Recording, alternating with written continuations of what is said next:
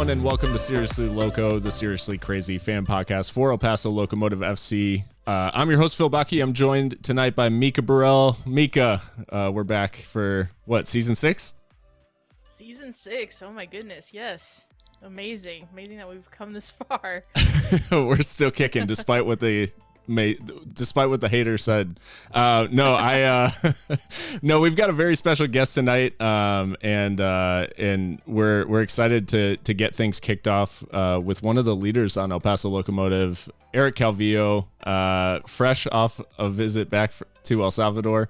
Eric, great to have you on the show. Yes, thank you guys for having me.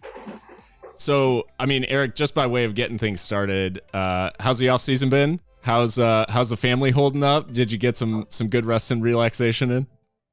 Yeah, no, I did. Off season was great. Actually having like a proper off season, like my usual off season. My first year was a bit different because of the, new location and also having a family, and not really going back to California as much. So I didn't have my proper, trainers and coaches and gym, trainers as well. So it was something that I had to adapt to.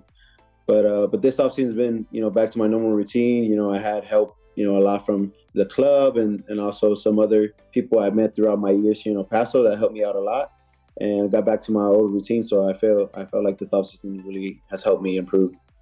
And obviously it was big news, the baby last season. So yeah. How's the baby holding up? How's fatherhood treating you? It's great, man. It's great. I'm in a bit of a struggle right now ever since I left for the national team duty.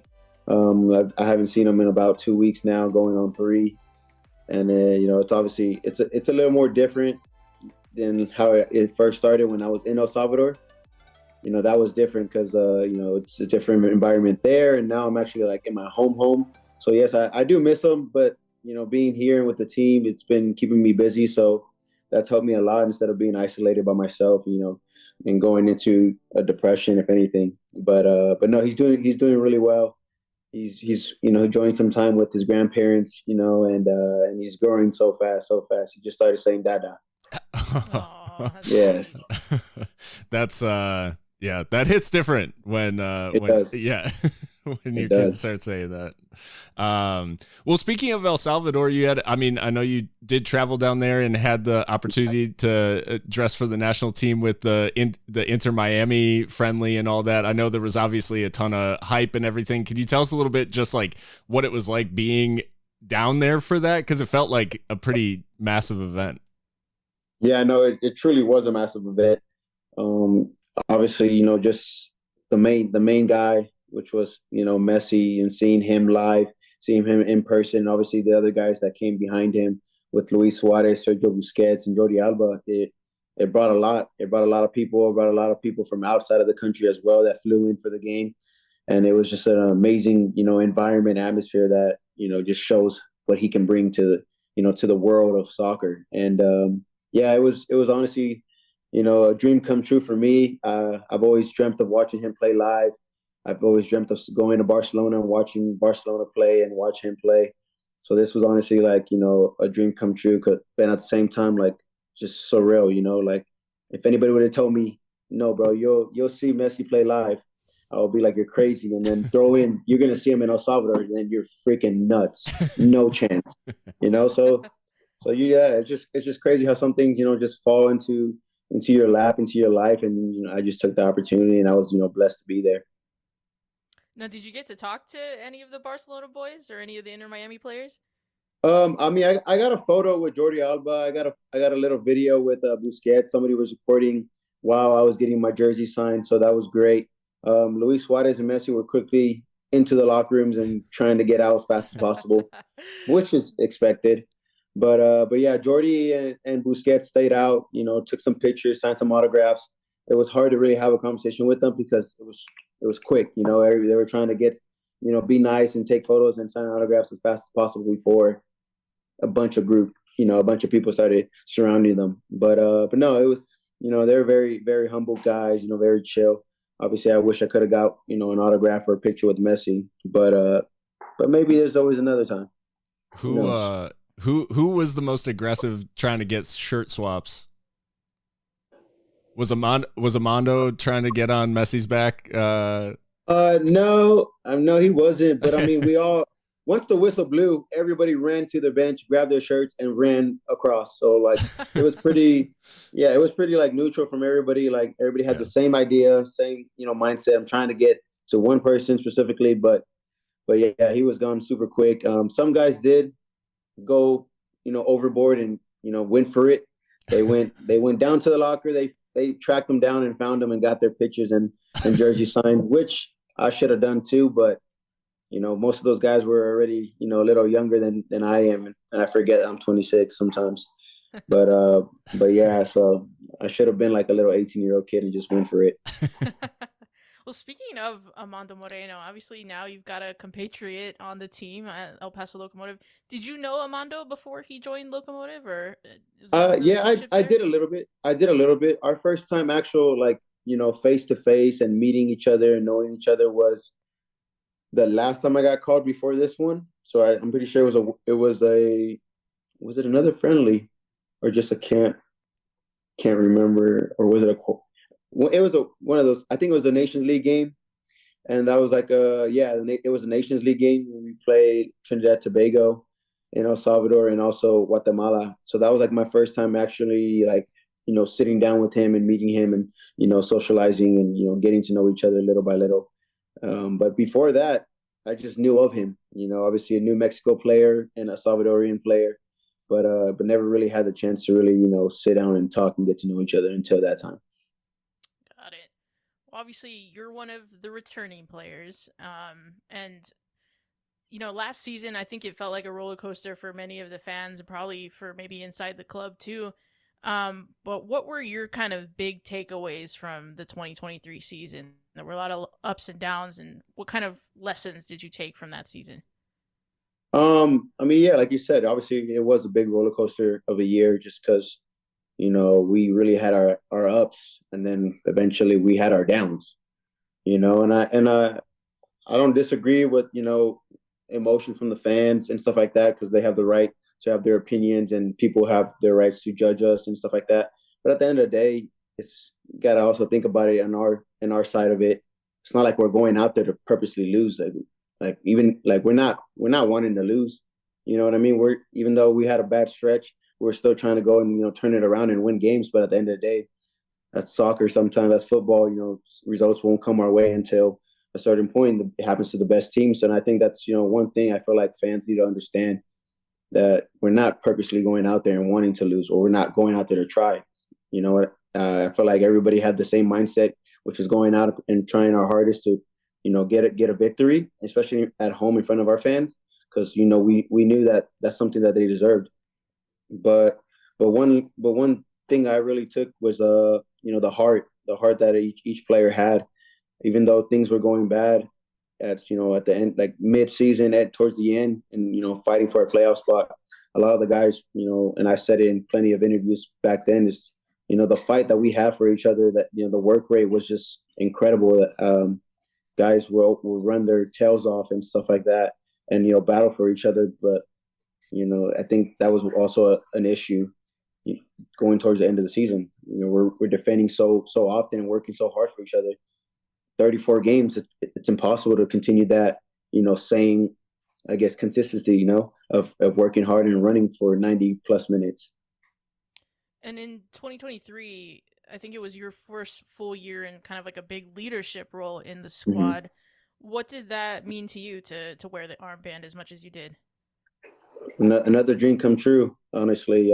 I've always dreamt of making it as a professional and finding a club that really saw me as a leader and really trusted me to let me lead the team and captain the team. And I've always grown up as a leader and a captain through my youth and plenty of club teams and academy and even national team experiences. So I've obviously had that role and mindset of being a leader and a captain. So when this opportunity came at the professional level, I was very, very humbled and very blessed to be one of the captains and then wear the captain armband during the games. It just gave me another different, side of, confidence, going into every match and also, going into training.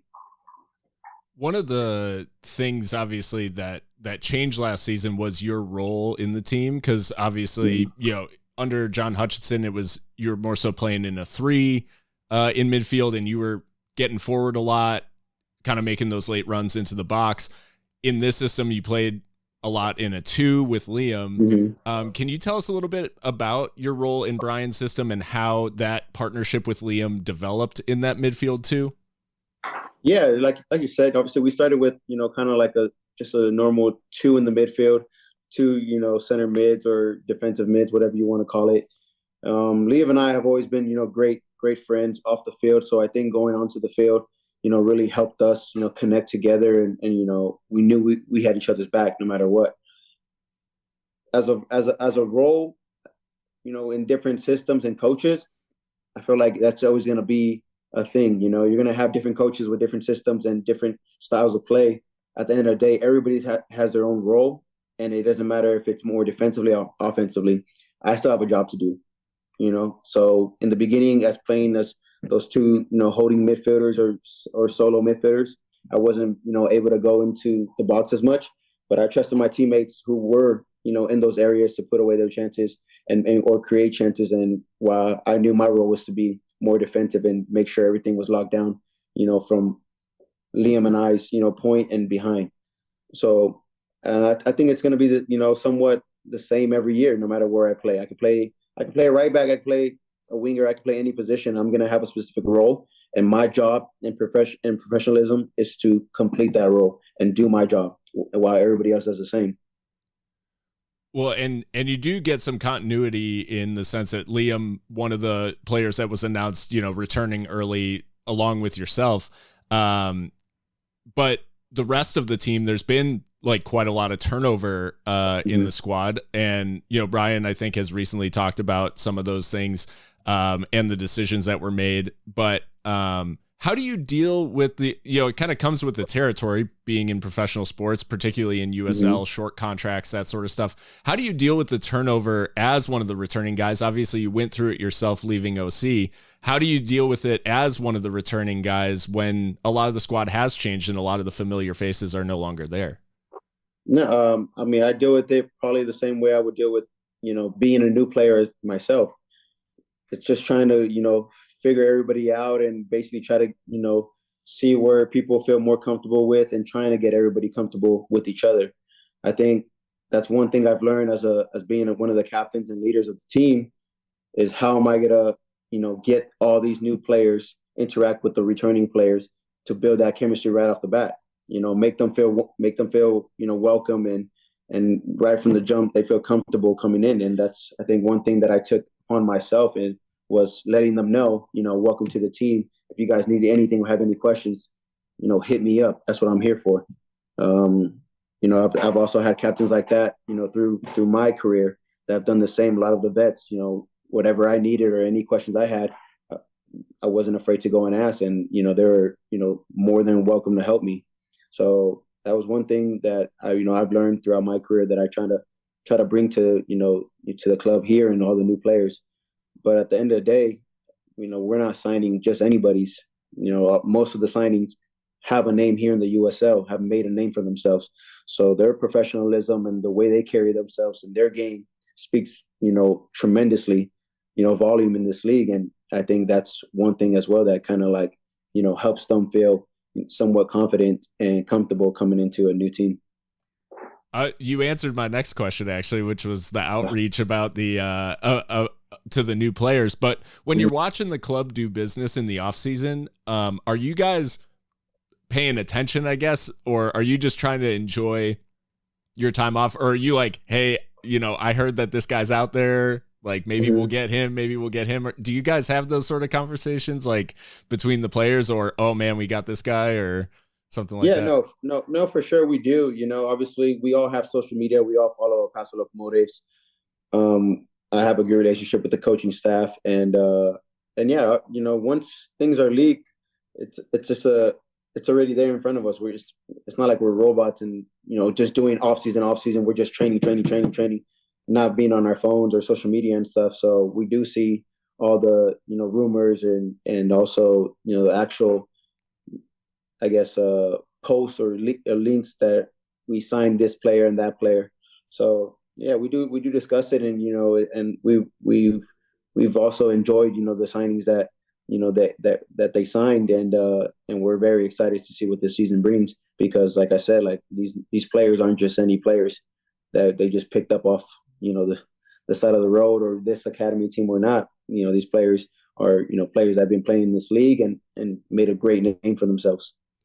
Obviously there's a lot of I think a lot of excitement about a lot of the names that have been announced, and like you said, a lot of history. Is there anyone in particular where when we signed them you thought back to facing that player or coming up against them and thought, man, I'm glad like that we're bringing him in? I recently just like it just hit me recently thinking about it, going through majority of the players that we announced, and it's like, dude, we played majority of these guys all last year, to be honest. So that's what kind of helped me as well know who exactly we're signing and what position they play and what they bring to the table, and I was very stoked. I was very, very happy, with all the signings that we signed. Obviously there were a few, downsides of, losing players that I was very close to, but at the end of the day, that's what happens, like it happened for me. For example, I was super close with a lot of, players back in OC, back in San Jose, but it was, unfortunately my time to go. And that's just part of the game, it's part of the business, part of the sport. It's the friendships will always be there, the contact will always be there, but playing alongside each other, yeah, unfortunately it doesn't last forever. And it's just time to move on and, focus on myself and to doing my job and leading the team, and then trying to get everybody, acquainted with each other and get that chemistry going right from the beginning of preseason, so that first game, March 9th, we're all set and we all have the same mindset, which I already know we do, and we all go out and, show up. Well, speaking of preseason, because it is underway now and you guys are back to work, without wanting to give away too many of Brian's tactical secrets, we don't want Brian upset at us, but no, don't worry, I won't. What is No training chance. like under Brian? I mean, do you guys focus on like small-sided games, individual drills? Do you do 11v11 work? Like what is it like for someone who's never, we don't get to see training, so we're always just curious what that's actually like. No, it's very intense. Very intense. That's all you got to know. It's very intense. Everything's with the ball, which is great. Um, yeah, fitness is always with the ball, and it's just very intense and competitive. He tries to throw in, as much as possible information to to us and to the new players, but that's one thing that you'll notice, and you probably tell by maybe some of the interviews when you get to talk to some of these new signings, is the competitiveness that they have, the willingness to try to win and wanting to win. It doesn't matter who you are or what relationships you have off the field. On the field, it's every man for himself, and that's like one thing that I love. A lot of the guys are just coming in trying to win every battle, every tackle, every game, every small-sided game, no matter what it is. It could be a simple passing drill. We want to be the best group. If they separate 3 different groups for passing drill, we're all doing the same passing drill. But I know for a fact everybody's trying to be the best group in that passing drill. That's how competitive everybody is, which is great. But yeah, like if one thing for sure that you can take away from trainings is that it's super intense, super intense. And obviously in the modern game, there's a lot of focus on like analytics nowadays and video work. Is there any of that with Brian and his coaching staff? Do they give you guys insights like that? No, 100%. We have video, not every day, but obviously, little by little, especially with this week coming to our first preseason game, they're throwing in a lot of information, a lot of video that, from his system and that we worked on last year to show it to the new players and try to get them, feeling comfortable in what we want to do for this season and what each player in the position, needs to strive for. So yeah, he brought a new goalkeeper, coach who's helping a lot with the analysts of the videos and training. So we've been starting to do that more and more now. Well, we started the show talking about Messi and all the Barcelona boys at Inter Miami. it sounds like you're a fan of him, but I'm wondering what players do you model your game off of or look up to, like growing up? Who did you like to watch, and who do you think you emulate maybe on the pitch? Yeah, no, I'm a big. I've always been and still am, even though they don't play as much. They don't play at all, to be honest. But I was a big Xavi and Iniesta fan. I grew up all Barca. Barcelona is my team, and will forever be my team no matter what, even if Messi's not there or not. But Xavi and Iniesta were my two role models. I did go to the dark side a little bit. I love Toni Kroos, but obviously he signed with Real Madrid. But I still loved the way he played, and I thought I resembled him a lot, in that style of play. But also a little bit of Xavi, from some aspects. Not so much Iniesta because he's more of a dribbler and I sometimes I guess I'll show those little images and stuff like that, but it's very rare. And from what what he showed and what he did on the field with the ball, it was just I can't compare myself really to him. But somebody I really wanted to be like. So I would say more of Xavi or Toni Kroos. Got it. And another kind of like fun question for you. Do you have any game day rituals or routines that you go through in the regular season? Yeah, so I mean, I feel like it's not really a ritual or anything. It's more a routine. But yeah, no, it's not really a ritual. It's more routines and stuff like that. So, I have like a coffee in the morning and then a coffee right on my way to the game. That's like one thing. I've been doing that for every single game, home and away. So that's one thing that it's a must for me, just to get my caffeine in and make sure I'm feeling buzzed, or not that kind of buzz, but feeling already Right. like Yes. yeah, freaking going off the walls and stuff like that, ready for the game. And yeah, that's pretty much it. Nothing crazy. I try not to have any of those little things, kind of like superstitions that I need to do. But that's pretty much it. I just gotta have my coffee before the game and on the way to the game. Got it.